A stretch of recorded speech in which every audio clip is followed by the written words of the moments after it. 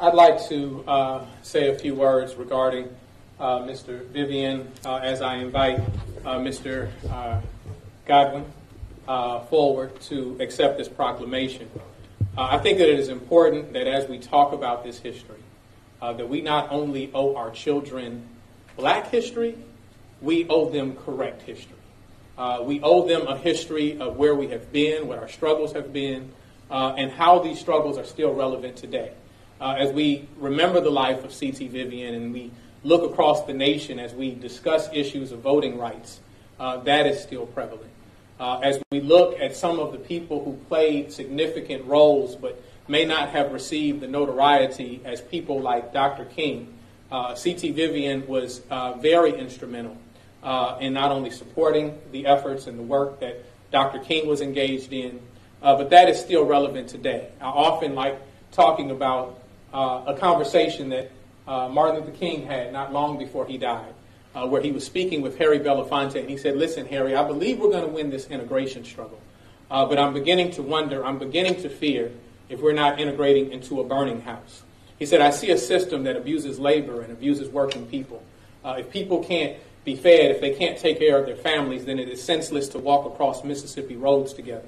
And so ultimately it becomes greater than a question of color. It becomes a question of ideas. And what are the best ideas and what are the worst ideas? And the worst ideas are that you can exploit anyone.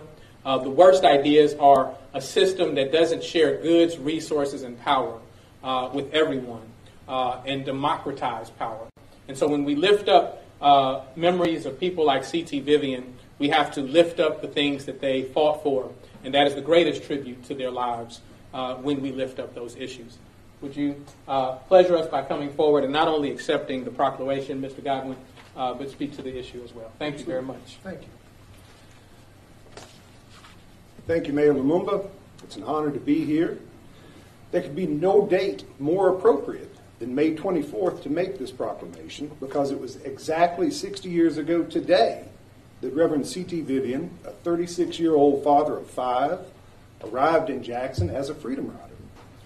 Those activists were intent on challenging the state-sanctioned system of racial oppression and segregation that kept half of Mississippi's population as second-class citizens. For his actions that day, Reverend Vivian, along with scores of his fellow Freedom Riders, was arrested by Jackson police and spent more than a week in the city jail. As more and more buses came, those earlier Freedom Riders were sent to Parchman, and it was at that notorious prison that the nonviolent warrior Reverend Vivian was beaten bloody. The historian and author John Mitchum wrote that C.T. Vivian was a giant of the enduring American struggle for equality and for justice, illuminating and inspiring, bold, principled, passionate, and transformative.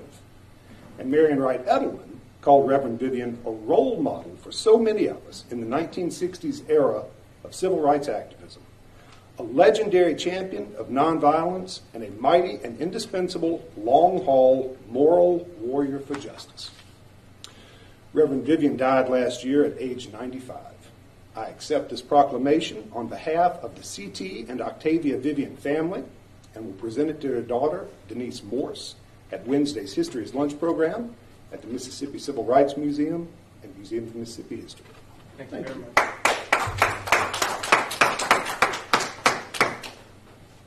Once again, we're thankful for the life of C.T. Vivian and all of the both sung and unsung heroes and sheroes of our movement as a people to bring us to a better place.